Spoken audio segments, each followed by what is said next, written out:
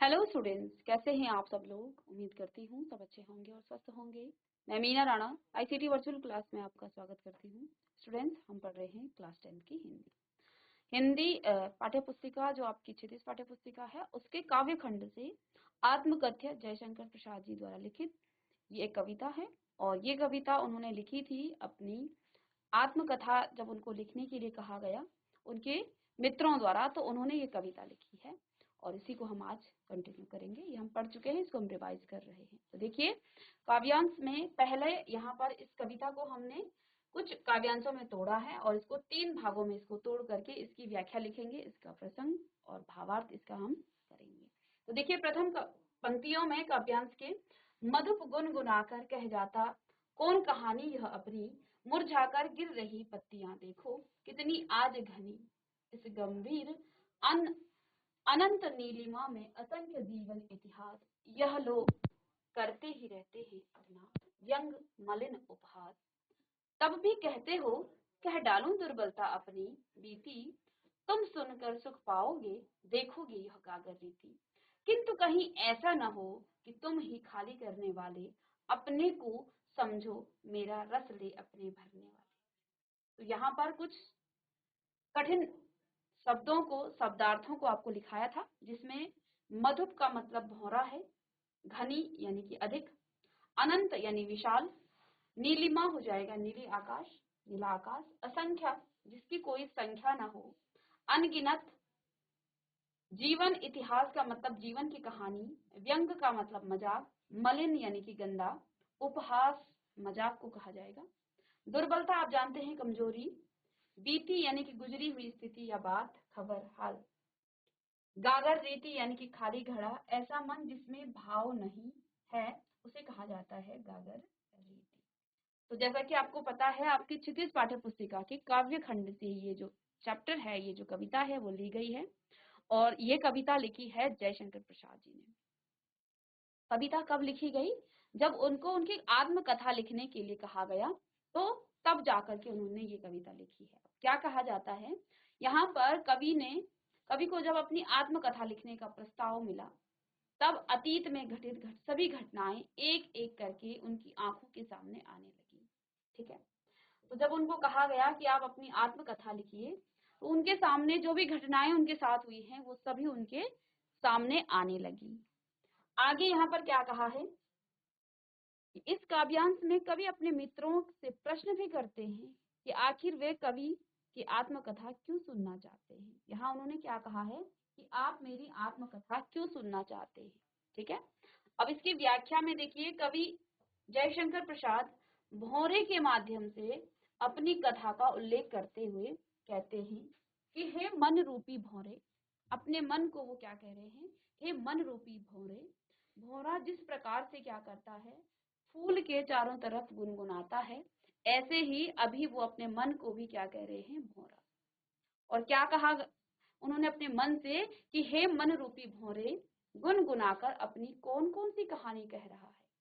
कहने का तात्पर्य यह है कि जिस तरह से एक भौरा जो है फूल के आसपास गुंजार करते हुए मंडराता फिरता है, ठीक उसी प्रकार जब कवि जयशंकर प्रसाद को यहाँ पर प्रस्ताव मिला कि वे अपनी कहानी को लिखें और पढ़ें, यहाँ पर कहें, ठीक उसी प्रकार आज कवि का मन रूपी भौरा भी जो है अतीत की यादों के आसपास गुनगुनाकर गुंजार करते हुए ना जाने अपनी कौन सी कहानी कहना चाह रहा है। यानी कि जब उनको उनकी कहानी, उनकी आत्मकथा लिखने के लिए कहा गया, तो उनका मन जो है अतीत की स्मृतियों में खो गया और हर यादों के चारों तरफ वो मंडरा रहा है। अब देखिए, आपको कुछ कहा जाता है उनको अपनी आत्मकथा की, अब वो कह रहे हैं कि मैं अपनी कौन सी कहानी तुम्हारे सामने कहूँ। ठीक है, तो यहाँ पर जो है वो क्या कह रहे हैं, आगे कवि कहते हैं कि उनका जीवन रूपी वृक्ष जो है कभी सुख व आनंद रूपी पत्तियों से भरा हुआ था। तो जब उनके मित्रों द्वारा उनको ये प्रस्ताव मिला कि आप अपनी आत्मकथा लिखें, तो उन्होंने क्या कहा, पहले तो उन्होंने अपनी आत्मकथा लिखने से जो है इनकार कर दिया कि मुझे अपनी आत्मकथा नहीं लिखनी है। अब धीरे धीरे वो क्या कह रहे हैं कि मेरा जीवन जो है, मेरे जीवन में जो है इतना जो है महान कोई कथा नहीं है जो मैं आपके सामने उसको प्रस्तुत करूं, क्योंकि उन्होंने बहुत सारी ऐसी कथाएं पढ़ी हैं जिनको पढ़कर लोग जो है उनका व्यंग करते हैं, उनका उपहास उड़ाते हैं। ठीक है, और कहते हैं कि मनुष्य जो है दूसरों की बुराइयों और कमियों को ऑब्जर्व करता है, उसको देखता है। तो कवि जयशंकर प्रसाद कहते हैं कि मैं अपनी कहानियों को, अपनी कमियों को बखान नहीं करना चाहता हूँ। अपने मित्रों से वो कहते हैं कि मेरे जीवन में पहले बहुत सुख था, बहुत खुशियों से भरा मेरा जीवन था, लेकिन अब जो है मेरा जीवन दुखमय है, दुख से जो है मेरा संसार भरा हुआ है। अपने मित्रों को कहते हैं कि यदि मैं आत्मकथा लिखूंगा तो कहीं तुम ये न समझो कि मेरे दुख का कारण तुम स्वयं हो। तो इसलिए वो जो है अपनी कथा नहीं कहना चाहते हैं, अपनी आत्मकथा को नहीं लिखना चाहते हैं। आगे देखिए यहाँ पर क्या लिखा है, कवि ने क्या कहा है कि उनका जीवन रूपी जो वृक्ष है वो कभी सुख व आनंद रूपी पत्तियों से हरा भरा था, यानी कि उनके जीवन में सुख और आनंद था। ठीक है, लेकिन अब तो सभी पत्तियां मुरझाकर एक एक करके गिर गई हैं, अर्थात उनके जीवन के जो सुख थे वो जो है अब नहीं रहा, अब उनका जीवन जो है दुख से भरा हुआ है। आगे कवि ने क्या कहा है, क्योंकि आज कवि के जीवन की जो परिस्थितियां हैं वो बदल चुकी हैं। ठीक है, कवि जो है एक समय जो है कवि का जीवन खुशियों से भरा हुआ था। कवि का जीवन जो है, यानी जो यहाँ पर जयशंकर प्रसाद जी हैं, उनका जीवन पहले खुशियों से भरा हुआ था, लेकिन आज उनके जीवन में दुख और परेशानियों की जो है बादल छा गए हैं। तो आज उनके जीवन की जो परिस्थितियां हैं वो बदल चुकी हैं। उनके जीवन में सुख की जगह दुख और निराशा ने ले ली है। कवि ने क्या कहा है कि मेरा जीवन पहले सुखमय था, लेकिन अब मेरे जीवन में जो है निराशा ने ले ली है। मेरे जीवन में जो है सुख और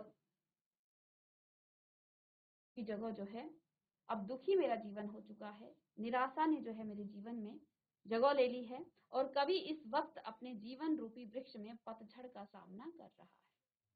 तो कवि क्या कहते हैं कि इस समय मेरे जीवन में जो है पतझड़, यानी कि जो हरियाली है सुख रूपी, वो सब झड़ चुका है। जो पत्तियां हैं, हरे भरी पत्तियां, वो सब झड़ चुकी हैं, और मेरे जीवन में अब जो है वृक्ष में जो पतझड़ है आता है, और वो फिर जो है बहुत ही उसकी सौंदर्यता खत्म हो जाती है। तो ऐसी प्रकार से उनका जीवन भी उनको इस समय लग रहा है। हिंदी साहित्य रूपी इस विशाल विस्तार वाले आकाश में न जाने कितने महान पुरुषों अर्थात लेखकों के जीवन का इतिहास उनकी आत्मकथा के रूप में मौजूद है। अब कवि ने क्या कहा है, कवि कहते हैं कि पूरे हिंदी साहित्य में जो है न जाने कितने महान, आगे यहाँ पर कवि क्या कहते हैं कि हिंदी साहित्य रूपी इस विशाल विस्तार वाले आकाश में न जाने कितने महान पुरुषों अर्थात लेखकों के जीवन का इतिहास उनकी आत्मकथा के रूप में मौजूद है। अर्थात कवि क्या कहते हैं कि इससे पहले न जाने कितने महान पुरुषों ने क्या किया है, अपने जीवन की आत्मकथा लिखी है और आत्मकथा को उन्होंने बताया है। लेकिन यहाँ पर वो क्या कहते हैं, उन्हें पढ़कर ऐसा प्रतीत होता है। अब कवि ने यहाँ पर क्या महसूस किया है कि जो भी आत्मकथाएं अभी तक लिखी गई हैं, कहते हैं उनको पढ़कर ऐसा महसूस होता है, ऐसा प्रतीत होता है कि वह स्वयं अपना मजाक उड़वाते हैं। यानी कि जिन्होंने भी अपनी आत्मकथा लिखी है, उन्होंने जो है सबने मजाक ही उड़ाया है, कि जैसे कि उन्होंने अपनी आत्मकथा लिख करके अपना मजाक उड़वाया है। कहने का तात्पर्य यह है कि लोग इन इन जो है महान लेखकों की आत्मकथा को पढ़कर उनकी कमियों का जो है मजाक बनाते हैं। यहाँ कवि ने क्या कहा है, लोगों का काम क्या है, पहले लोगों की आत्मकथा को पढ़ना, जो कोई भी महान साहित्यकार रहा होगा या जिसने भी अपनी आत्मकथा लिखी है, तो लोग क्या करते हैं, पहले उनकी कथाओं को पढ़ते हैं, उनके जीवन के जो वृतांत है उसको पढ़ते हैं, फिर वहां से उनकी कमियों को निकालते हैं। क्योंकि मनुष्य का जो चरित्र है वो कहीं ना कहीं कमियां तो करता ही करता है। ठीक है ना, मनुष्य का जो काम है उसमें जो है कमियां निकल ही जाती है। तो लोग जो है मजाक उड़ाते हैं। कहने का तात्पर्य है कि महान लेखकों की आत्मकथा को पढ़कर उनकी कमियों का यहाँ पर मजाक बनाया। आगे कवि ने कहा है कि इस कड़वे सत्य को जानते हुए भी कि प्रत्येक व्यक्ति एक दूसरे की दुर्बलताओं और कमियों का मजाक बनाते हैं। कवि क्या कहते हैं आगे कि इस कड़वे सत्य को जानकर भी कि लोग क्या करते हैं, प्रत्येक व्यक्ति एक दूसरे की दुर्बलता और कमजोरियों का मजाक बनाते हैं। फिर भी मित्रों, तुम मुझसे यह कहते हो कि मेरे जीवन में जो कमियां हैं, जो मेरे साथ घटित हुआ है, सबके सामने कह डालूं। फिर कभी अपने दोस्तों से पूछते हैं कि क्या तुम मेरी कहानी को सुनकर जो है सुख प्राप्त करोगे, क्या तुम्हें मेरी कहानी को सुनने के बाद सुख और आनंद की अनुभूति होगी। ठीक है, मेरा जीवन रूपी घड़ा एकदम खाली है, जिसमें कोई भी जो है क्या भाव नहीं है। तो कवि ने यहाँ क्या कहा है कि मेरा जीवन रूपी जो घड़ा है वो एकदम खाली है, उसमें कुछ भी नहीं है, वो जो है अभी जिसमें कोई भाव नहीं है। आगे कवि कहते हैं कि अगर मैंने अपनी आत्मकथा में कुछ ऐसा लिख दिया जिसे पढ़कर तुम कहीं ऐसा न समझो कि मेरे जीवन रूपी गागर में जो सुख, खुशियां और आनंद रूपी रस थे वो सभी तुमने ही खाली किए हैं, और उन सभी रसों को मेरे जीवन रूपी गागर या घड़े से लेकर तुमने अपने जीवन रूपी गागर में भर लिया हो और मेरा जीवन दुखों से भर दिया हो। तो यहाँ जो है अपने मित्रों से कभी ये भी कहते हैं कि कहीं मैंने कुछ ऐसी बात लिख दी जो तुम्हें बुरी लगे। ठीक है, तुम्हें ऐसा प्रतीत ना हो कि जो दुख कवि को मिले हैं, उनके मित्र को मिले हैं, उसमें जो है उनका भी हाथ है। ठीक है, आगे यहाँ पर देखिए, इस कड़वे सत्य को जानते हुए भी कि प्रत्येक व्यक्ति एक दूसरे की दुर्बलताओं और कमजोरियों का मजाक बनाने में लगा है, फिर भी मित्र जो है तुम मुझसे ये कहते हो कि तुम जो है अपने जीवन की जो कमियां हैं उसको कह डालो और मेरे साथ जो घटित हुआ है उसे मैं सबके सामने कह डालूं। ठीक है, आगे कवि क्या कहते हैं कि मेरा जो जीवन है वो दुखों से भरा हुआ है। अब इन पंक्तियों का भावार्थ क्या है।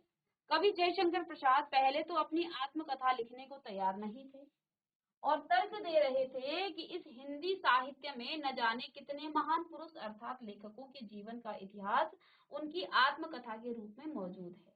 तो जब उनको देखिए, अब भावार्थ में आप क्या लिखेंगे, जब उनको उनकी कहानी लिखने को कहा गया कि आप अपनी आत्मकथा लिखिए, तो उन्होंने क्या कहा, पहले तो वो तैयार ही नहीं थे और तर्क क्या दे रहे थे कि हिंदी साहित्य में न जाने कितने महान पुरुषों अर्थात लेखकों के जीवन का इतिहास उनकी आत्मकथा के रूप में मौजूद है। यानी कि मुझसे पहले अनेकों महापुरुषों का जो है हिंदी साहित्य में क्या है, आत्मकथा लिखी हुई है, जीवन का इतिहास उनकी आत्मकथा के रूप में मौजूद है। लोग इस महान लेखकों की आत्मकथा को पहले तो पढ़ते हैं और उनकी कमियों को बता करके उसका मजाक बनाते हैं। इस कड़वे सत्य को स्वीकार करते हुए कि प्रत्येक व्यक्ति एक दूसरे की दुर्बलताओं और कमजोरियों का मजाक बनाने पर लगा हुआ है, फिर भी कभी अंततः अपनी आत्मकथा को लिखने के लिए तैयार तो हो जाते हैं, किंतु क्या करते हैं, चेतावनी भी देते हैं कि वे कुछ ऐसा भी लिख सकते हैं जिसे पढ़कर कहीं कोई ऐसा ना समझे कि उनके जीवन में जो सुख सुख और खुशियां और आनंद रूपी रस थे वो उन सभी ने जो है खाली किए हैं और कवि का जीवन दुखों से भर दिया हो। असल में यह भी कवि का एक तर्क ही है जिसे देकर वे अपनी आत्मकथा को लिखने से बचना चाहते हैं। ठीक है, तो ये है प्रथम कविता का जो भावार्थ है। और एक बार फिर से आप इस कविता को की लाइनों को पढ़ेंगे और फिर देखिए, मधुप गुन गुनाकर कह जाता कौन कहानी यह अपनी, मुरझाकर गिर रही पत्तियां देखो कितनी आज घनी। इस गंभीर अनंत नीलिमा में असंख्य जीवन इतिहास यह कर लो करते ही रहते हैं अपना व्यंग मलिन उपहास, तब भी कहते हो कह डालूं दुर्बलता अपनी बीती, तुम सुनकर सुख पाओगे देखोगे यह गागर रीति, किंतु कहीं ऐसा न हो कि तुम ही खाली करने वाले अपने को समझो मेरा रस ले अपने भरने वाले। तो इन पंक्तियों में जो है कवि जयशंकर प्रसाद जी क्या कह रहे हैं, मधुप यानी कि भौरा जो है क्या करता है, फूलों की तरफ जिस प्रकार से जो है गुन क्या करता है, गुनगुनाता है। ठीक है, और वहां से रस लेता है। तो जब उनको उनकी आत्मकथा लिखने के लिए उनके मित्रों के द्वारा आग्रह किया गया, तो यहाँ पर लेखक ने क्या कहा है, जो कवि हैं उन्होंने क्या कहा है, कवि कहते हैं कि इस मन रूपी भौरे को वो क्या कह रहे हैं, अब उनका मन जो है, जब आत्मकथा लिखने के लिए कहा गया तो उनका मन जो है अनेकों जो स्मृतियां उनकी हैं उनके चारों तरफ घूमने लग गया। अब क्या कहते हैं कि तुम मुझे ऐसा क्यों कह रहे हो कि मैं अपनी आत्मकथा को लिखूं। कहते हैं मेरे जीवन में पहले जो है क्या था, सुख था। ठीक है, और सुख रूपी जो हरियाली थी, ठीक है, जो अब मुरझाकर गिर रही पत्तियां देखो कितनी आज घनी, कि एक समय जो है मेरा जीवन क्या था, खुशियों से भरा हुआ था और वो क्या खुशियां खुशियां थी, वो हरियाली रूपी, जिस प्रकार से हरा वृक्ष जो है हरा भरा बड़ा सुंदर दिखता है, ऐसे ही हमारा मेरा जीवन भी था। लेकिन उस घने वृक्ष से जो है आज सारी पत्तियां मुरझाकर क्या हो गई है, नीचे गिर गई है। इस गंभीर अनंत नीलिमा में असंख्य जीवन इतिहास। आगे कवि ने क्या कहा है कि मेरा जीवन अब जो है उस वृक्ष की तरह है जो पतझड़ के में जो है जिसकी पत्तियां क्या हो जाती हैं, झड़ जाती हैं, पत्तियां उसकी गिर जाती हैं। आज मेरा जीवन ऐसा हो गया है। आगे कवि ने बताया है कि इस गंभीर अनंत नीलिमा में यानी कि इस पूरे संसार में असंख्य जीवन इतिहास, यह कर लो करते ही रहते हैं व्यंग्य इतिहास। कवि कहते हैं कि मैंने असंख्य जो साहित्यकार हैं उनका जीवन परिचय सुना है, पढ़ा है, और मैंने क्या देखा है कि लोग उसको पहले पढ़ते हैं और फिर उनका मजाक उड़ाते हैं। तो मुझे ऐसा प्रतीत होता है कि इन्होंने अपना मजाक स्वयं ही बनाया है, अपने जीवन का की जो कथाएं हैं, आत्मकथा है, उसको कहकर अपना जो मजाक है, व्यंग लोगों ने किया है, ये स्वयं ऐसा प्रतीत होता है कि इन्होंने अपना जीवन परिचय लिख करके, अपने जीवन के बारे में लिख करके, अपनी आत्मकथा लिख करके अपना स्वयं का मजाक बनाया है। यह कर लो करते ही रहते अपना व्यंग मलिन उपहास। ये लोग जो है अपनी जीवन आत्मकथा को लिख करके अपना ही मजाक उड़ाते हैं। तब भी कहते हो कह डालूं दुर्बलता अपनी बीती।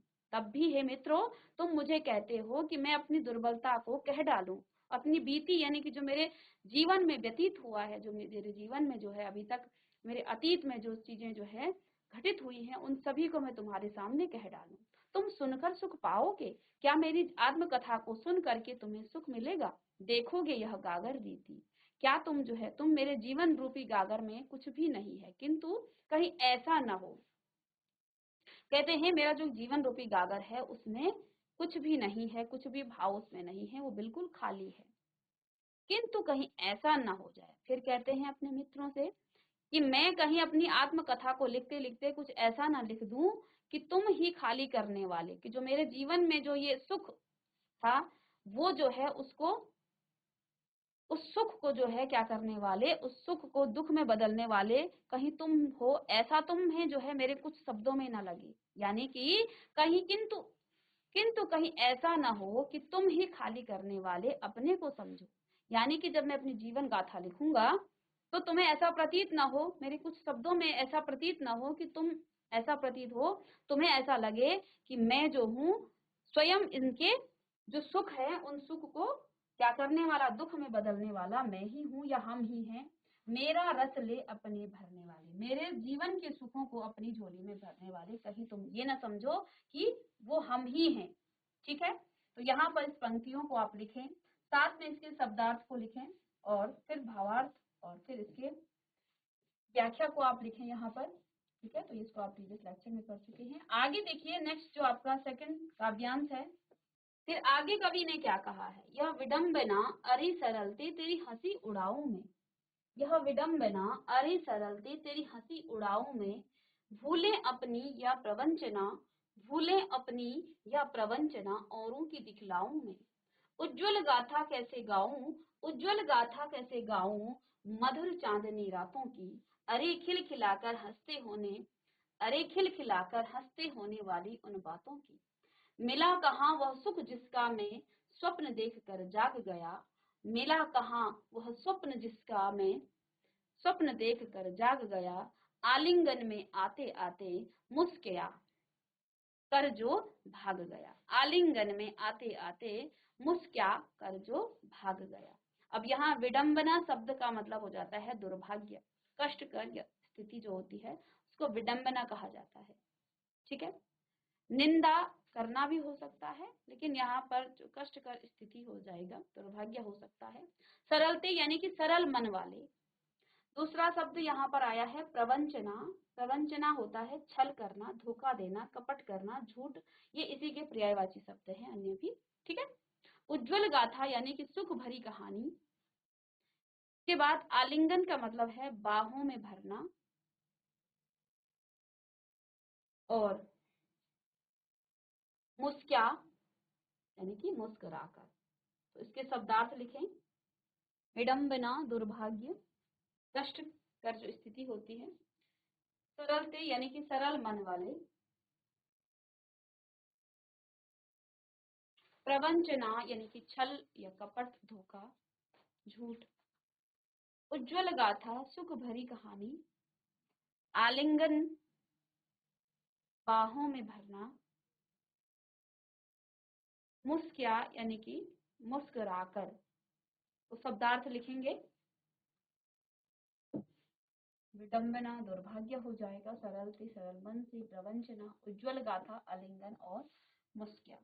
चलिए, तो जब आप इस पंक्ति को लिखेंगे, इसका प्रसंग लिखेंगे कि प्रस्तुत काव्य खंड हमारी क्षितिज पाठ्य पुस्तिका भाग 2 के आत्मकथ्य से ली गई है। इसके कवि हैं जयशंकर प्रसाद जी, और कवि यहाँ पर कहते हैं कि जिस व्यक्ति का स्वभाव जितना ज्यादा सरल होता है उसको लोग उतना ही ज्यादा धोखा देते हैं। कवि अपने, इसको आप संक्षिप्त में लिख सकते हैं, ठीक है। कवि अपने उन प्रपंची मित्रों की असलियत दुनिया के सामने लाकर उनको शर्मिंदा नहीं करना चाहते हैं। साथ वे अपने निजी पलों को भी दुनिया के सामने नहीं बताना चाहते हैं। अपनी पत्नी की मृत्यु के बाद कवि अपने जीवन को दुखमयी समझता है। तो इसको आप इसके प्रसंग में लिखेंगे कि क्या कुछ इस पंक्तियों के लाइनों में यहाँ पर दिया गया है। सबसे पहले आपको नोट जो लिखा है इसको प्रसंग के रूप में लिखें। तो आप क्या लिखेंगे कि प्रस्तुत काव्य खंड हमारी क्षितिज पाठ्य पुस्तिका भाग 2 से ली गई है। इसके कवि हैं, भाग 2 के आत्मकथ्य से ली गई है। इसके कवि हैं कौन? आपके जयशंकर प्रसाद जी। तो यहाँ पर कवि क्या कहते हैं, जिस व्यक्ति का स्वभाव कहते हैं जितना सरल होता है लोग उसको उतना ही ज्यादा धोखा देते हैं। कवि अपने उन प्रपंची मित्रों की असलियत दुनिया के सामने लाकर उनको शर्मिंदा नहीं करना चाहते हैं। साथ ही साथ वे अपने निजी पलों को दुनिया के सामने नहीं बताना चाहते हैं, क्योंकि जब आप आत्मकथा लिखेंगे तो आपको अपने जीवन की समस्त घटनाओं को बताना पड़ेगा, और जिसने कवि को धोखा दिया है उसके बारे में भी यहाँ पर बताना पड़ेगा, ठीक है। साथ में अपनी पत्नी की मृत्यु के बाद अपने जीवन को जो है दुखमयी वो समझते हैं, ठीक है, और इसी का यहाँ पर वर्णन किया गया है, ठीक है। उसमें व्याख्या देखिए, कवि कहते हैं कि यह तो बड़े दुर्भाग्य की बात है कि मेरे मित्र मुझे जो है आत्मकथा लिखने को कह रहे हैं। कवि ने क्या कहा है कि ये मेरे लिए एक दुर्भाग्य की बात है। क्यों? क्योंकि उनके मित्र उनको आत्मकथा लिखने को कह रहे हैं। कहते हैं आगे, क्योंकि सरल मन वाले कि मैं जो है हंसी कैसे उड़ाऊं, मैं तो अभी तक स्वयं दूसरों के स्वभाव को समझ नहीं पाया हूँ। मेरे सरल स्वभाव के कारण जीवन में मुझसे जो गलतियां हुई हैं और कुछ लोगों ने जो मुझे धोखे दिए हैं या मेरे साथ जो छल किया है, प्रपंच किया है, उन सभी के बारे में लिखकर मैं अपना और उनका भी मजाक नहीं बनाना चाहता हूँ। कहने का तात्पर्य यह है यहाँ पर, कभी अपने प्रपंची मित्रों की असलियत दुनिया के सामने लाकर उनको शर्मिंदा नहीं करना चाहते हैं, ठीक है। इसलिए कभी अपनी आत्मकथा नहीं लिखना चाहते हैं, ठीक है ना। आगे देखिए, कवि अपनी पत्नी के साथ बिताए हुए मधुर पलों का जिक्र करते हुए कहते हैं कि चांदनी रातों में मैंने अपनी प्रियसी अपनी पत्नी के साथ एकांत में खिलखिलाकर हंसते हुए उनसे प्यार भरी मीठी बातें करते हुए जो समय बिताया था, वही मधुर स्मृतियां ही तो मेरे जीवन जीने का जो है एकमात्र सहारा है। उन निजी क्षणों का वर्णन मैं कैसे कर सकता हूँ, उन आनंद भरे पलों की बात को मैं कैसे दूसरों के सामने बांटना जो है वो नहीं चाहता। तो कवि ने यहाँ पर क्या कहा है इस पंक्ति में, सबसे पहले वो कहते हैं कि मेरे मित्र जो मुझे क्या कह रहे हैं कि तुम अपनी आत्मकथा लिखो, ये मेरे लिए दुर्भाग्य की बात है। मेरे मित्र मुझसे आत्मकथा लिखने को कह रहे हैं, ये मेरे लिए क्या है, दुर्भाग्य की बात है। क्यों कहते हैं मन। तो यहाँ कवि ने क्या कहा है कि मैं दूसरों की हंसी कैसे उड़ाऊं, दूसरों का मजाक कैसे उड़ाऊं। कहते हैं कि मेरे सरल स्वभाव के कारण जीवन में मुझसे कुछ गलतियां हुई हैं। जो गलतियां हुई हैं, कुछ लोगों ने जो मुझसे धोखे दिए हैं, मुझे जो धोखे दिए हैं या मेरे साथ जो छल और प्रपंच किया, उन सभी के बारे में लिखकर मैं अपना और उनका जो है मजाक नहीं बनाना चाहता हूँ, ठीक है। कहने का तात्पर्य यह है कि कवि अपने प्रपंची जो उनके मित्र हैं उनकी असलियत को दुनिया के सामने लाकर उनको शर्मिंदा नहीं करना चाहते हैं। इसलिए कवि अपनी आत्मकथा नहीं लिखना चाहते हैं। आगे इसी काव्यांश में कवि ने कहा है, अपनी पत्नी के साथ बिताए हुए उन मधुर पलों को जो है वो याद करते हुए वो अपने जीवन को जो है जीना चाहते हैं, अपने जीवन को जो है आगे उसको बढ़ाना चाहते हैं। इसलिए जो है और उस आनंद भरे पलों को कहते हैं दूसरों के साथ में बांटना नहीं चाहता हूँ। ठीक है, इसका भी यहाँ पर कवि ने जिक्र किया है। कवि आगे कहते हैं कि मुझे जीवन में वो सुख कहाँ मिला है, ठीक है, जिसका मैं स्वप्न देख रहा था। कवि कहते हैं कि मैंने भी अपने जीवन में कुछ स्वप्न देखे थे, वो सुख मुझे नहीं मिल पाया। वह स्वप्न जो उस स्वप्न को देखते देखते अचानक मेरी आंख खुल गई। मैं जिस सुख की कल्पना कर रहा था वो सुख मेरी बाहों में आते आते अचानक मुझसे धोखा देकर जो है भाग गया।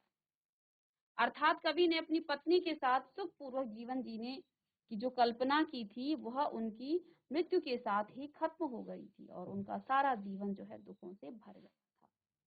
तो यहाँ पर कवि ने इसका भी जिक्र किया है कि उनकी पत्नी की मृत्यु के बाद उनका जीवन जो है में जो है दुख जो है उनके जीवन में आ गया और उनका जीवन दुखों से भर गया। कहते हैं कि मैंने भी, तो यहाँ कवि कहते हैं कि मैंने भी कुछ स्वप्न सजाए थे जो अचानक से जो है मुझसे दूर भाग गए हैं और ऐसा प्रतीत होता है जैसे कि मैं स्वप्न देखते देखते अचानक मेरी आंख खुल गई है। जो कल्पना सुख और खुशी की थी वो जो है मुझसे दूर भाग गए। तो ये जो है यहाँ पर इसका भी कवि ने इन पंक्तियों में वर्णन किया है कि उनकी मृत्यु के पश्चात उनके जीवन में दुख ही दुख जो है आ गया है। अब भावार्थ कैसे लिखेंगे आप इसका?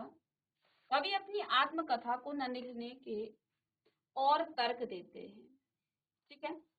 अब इस कविता को कहते कहते कवि ने क्या कहा है कि मेरे जीवन रूपी जो वृक्ष है वो पतझड़ के उस वृक्ष की तरह है जिसमें जो है सारे पत्ते गिर चुके हैं। और उन्होंने शुरुआत में ये भी बताया कि मेरा जीवन जो है उस हरे वृक्ष की तरह था, यानी कि एक समय जो है मेरे जीवन में भी जो है खुशियां थी, आनंद था, लेकिन मेरे जीवन में जो है अब पतझड़ आ गया है, अर्थात दुखों से मेरा जीवन भर गया है। फिर उन्होंने क्या कहा है कि जब मेरे जीवन रूपी जो है गागर जो है खाली है, इसमें कोई भाव नहीं है, तो फिर मैं आपको अपनी आत्मकथा क्यों सुनाऊं। इसके बाद उन्होंने क्या कहा, क्या तुम मेरे जीवन की कथाओं को सुन करके खुद सुखी होगे या सुख तुम्हें पाओगे। फिर उन्होंने अपने मित्रों से प्रश्न किया कि कहीं ऐसा ना हो कि तुम्हें ऐसा प्रतीत हो मैं अपने जीवन की घटनाओं को लिखते लिखते किसी को दुख पहुंचाऊं, यानी कि मेरे मित्रों को ऐसा प्रतीत ना हो कि जो मेरे जीवन में दुख आया है वो उनके कारण आया है, ठीक है।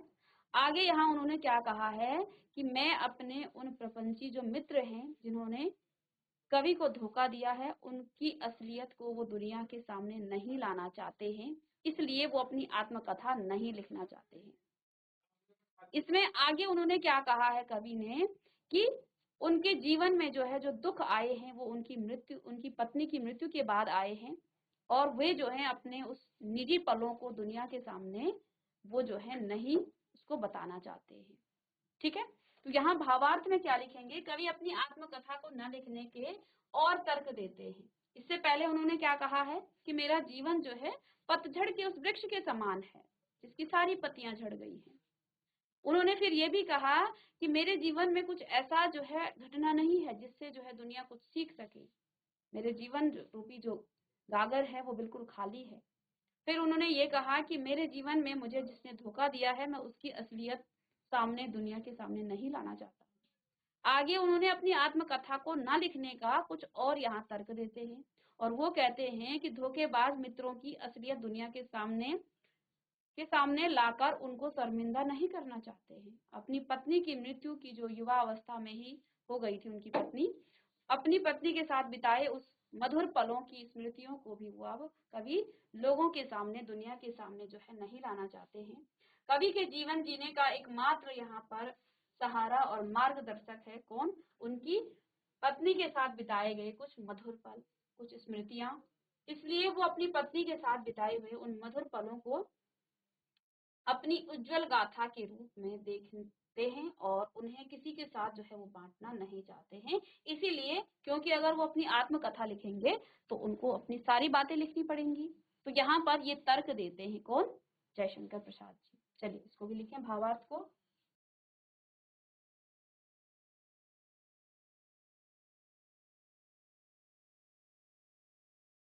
तीसरा यहाँ पर काव्यांश है। देखिए इस कविता को हमने 3 काव्यांशों में बांटा है और इसके भावार्थ, शब्दार्थ और उसके व्याख्या को हम इन 3 काव्यांशों के माध्यम से करेंगे। तो आगे यहाँ कवि क्या कहते हैं? जिसके अरुण कपोलों की मत वाली सुंदर छाया में अनुरागिनी उषा लेती थी निज सुहाग मधुमाया में, उसकी स्मृति पाथेय बनी है थके पथिक की पंथा की, सीवन की उधेड़ कर देखोगे क्यों मेरी कंथा की, छोटे से जीवन की कैसे बड़ी कथाएं आज कहूँ, क्या यह अच्छा नहीं कि औरों की सुनता मैं मौन रहूं, सुनकर क्या तुम भला करोगे मेरी भोली आत्मकथा, अभी समय भी नहीं थकी सोई है मेरी मौन व्यथा। तो फिर से आप कवि क्या कहते हैं कि अभी जो है समय नहीं है। क्या कहते हैं? जिसके अरुण कपोलों की मत वाली सुंदर छाया में अनुरागिनी उषा लेती थी निज सुहाग मधुमाया में, उसकी स्मृति पाथेय बनी है थके पथिक की पंथा की, सीवन की उधेड़ कर देखोगे क्यों मेरी कंथा की, छोटे से जीवन की कैसे बड़ी कथाएं आज कहूँ, क्या यह अच्छा नहीं कि औरों की सुनता मैं मौन रहूं, सुनकर क्या तुम भला करोगे मेरी भोली आत्मकथा, अभी समय भी नहीं थकी सोई है मेरी मौन व्यथा। तो यहाँ अरुण का मतलब है अरुण कपोलों यानी कि लाल लाल गाल, ठीक है। मतवाली यानी कि मस्त कर देने वाली, अनुरागिनी प्रेम भरी, उषा सुबह, निज यानी कि अपना, सुहाग यानी कि सुहागिन होने की अवस्था या फिर उसको कहते हैं सदवा अवस्था, सौभाग्य, मधुमाया यानी कि प्रेम से भरी हुई, स्मृतियां होती हैं यादें, पाथे यानी कि सहारा, पथिक यात्री, पंथा रास्ता, सीवन यानी कि सिलाई, उधेड़ यानी कि खोलन, टाके तोड़ना, परत उतारना या उखाड़ना, कंथा हो जाएगा गुदड़ी या अंतर्मन, जीवन की जो कहानी या मन के जो भाव हैं उनको कंथा कहा जाता है। तो इस शब्दार्थों को लिखें।